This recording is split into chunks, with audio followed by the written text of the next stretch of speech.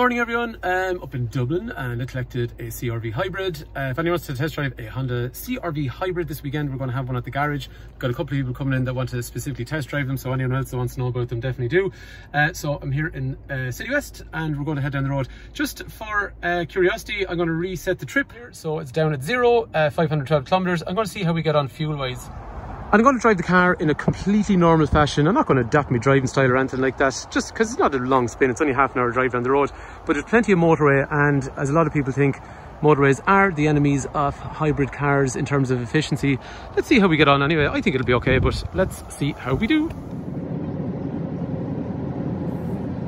The first part of this journey then is going to be 100 kilometers an hour. That's where you leave City West and you get down as far as Naas, at which point you can get up to 120 kilometers an hour. And again, like I said to you, I'm being as realistic as I possibly can here. One thing you do have to factor in hybrid cars is that they are super comfortable, because they're automatic and they're quiet and they're just nice to drive. So when you're factoring in pricing and stuff like that, hybrid cars, yeah, they can be more expensive, but you're getting a better level of specification in the car from the point of view of enjoying the drive and being comfortable. With hybrids, I always like to see exactly what's going on. No, you don't have to, by the way, it's just for novelty. So anyway, while we're driving here at the moment doing 100 kilometers an hour, you can see the petrol engine is driving the wheels, which is the blue line, which comes down as far as the cog, and the power goes out to the wheels.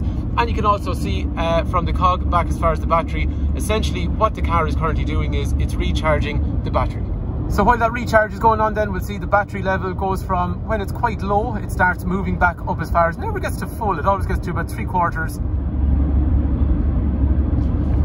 And once then it has recharged to a sufficient level, you can see at the moment we're doing 100 kilometers an hour and the car is being driven by battery only. So you see the battery at the bottom, bringing power up as far as the centre and diverting that out to the wheels. So we are currently in a full EV mode doing 100 kilometers an hour. My experience on these then is you will normally get at about 100 kilometers an hour, you'll get somewhere in the region of maybe 30 to 40 seconds or so of full EV mode. At that stage then the battery will have depleted, and you'll see that towards the end the battery and the engine start driving the car, and then it gets to a point where the engine starts recharging the battery and also starts diverting power out to the wheels. It's just interesting to watch how the car, but the whole idea is, I suppose, and why I'm saying this to you, it's just constantly trying to recharge the battery and allow the battery to be able to work in a full EV mode, and then sometimes in a combined petrol and electric mode as well. Next section of the journey then from Naas down as far as Kildare is going to be 120 kilometers an hour, so we're going to speed up.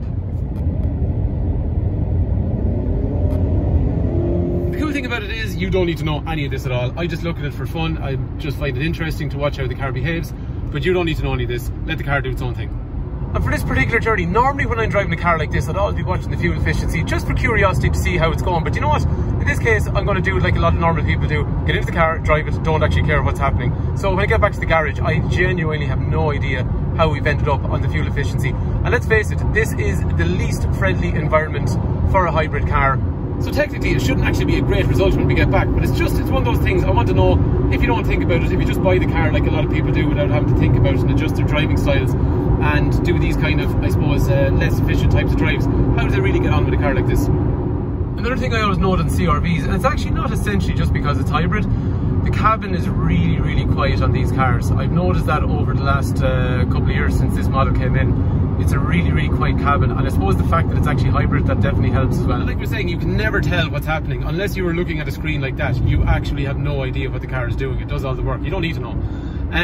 So maybe after looking at that, someone might have a slightly better understanding of how the CRV Hybrid works. Over 100 kilometers an hour, I find the battery is less effective.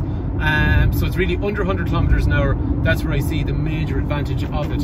However, when you combine all your driving all the way through, that's where you start to see whether efficiency works. And that's why I was just curious on this journey to see how we're going to end up. So anyway, we're pretty much nearly at the garage.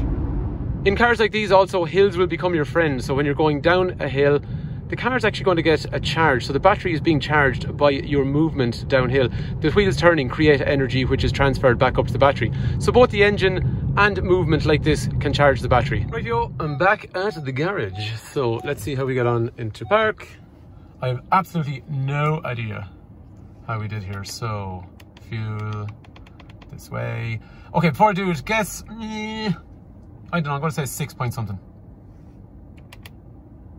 5.6. 5.6. I am genuinely pleased about that because I had no idea there. I've covered what, 38 kilometers, 39 kilometers, 5.6 litres, right? And like, I went down the motorway, and that is the crappiest way to drive a hybrid car. That is the environment that they are least effective in, and we've still actually done okay. So 5.6 litres, I don't know, 50 odd miles to gallon. This is a big old car, like, this is a big car. So 5.6 litres, hold on a sec. 5.6 litres per 100 kilometres is just under 51 miles per gallon. That's damn good. I don't care what anyone says. Actually, where's the key? Oh, there it is. That is really, really good. Pleasantly surprised. Anyway, if you want to see the car, it's going to be here for the next couple of days. This one here is an Elegance model. We have more in the showroom anyway, so get in and have a drive. These are a really, really nice car to drive, and actually, to be fair, that is some realistic information for you there. So anyway, anything you want to know on these cars, 086 843 1945. Brian is my name. Honda Garage here in Kildare, Hyundai as well. Give me a shout. Thanks for taking time to watch.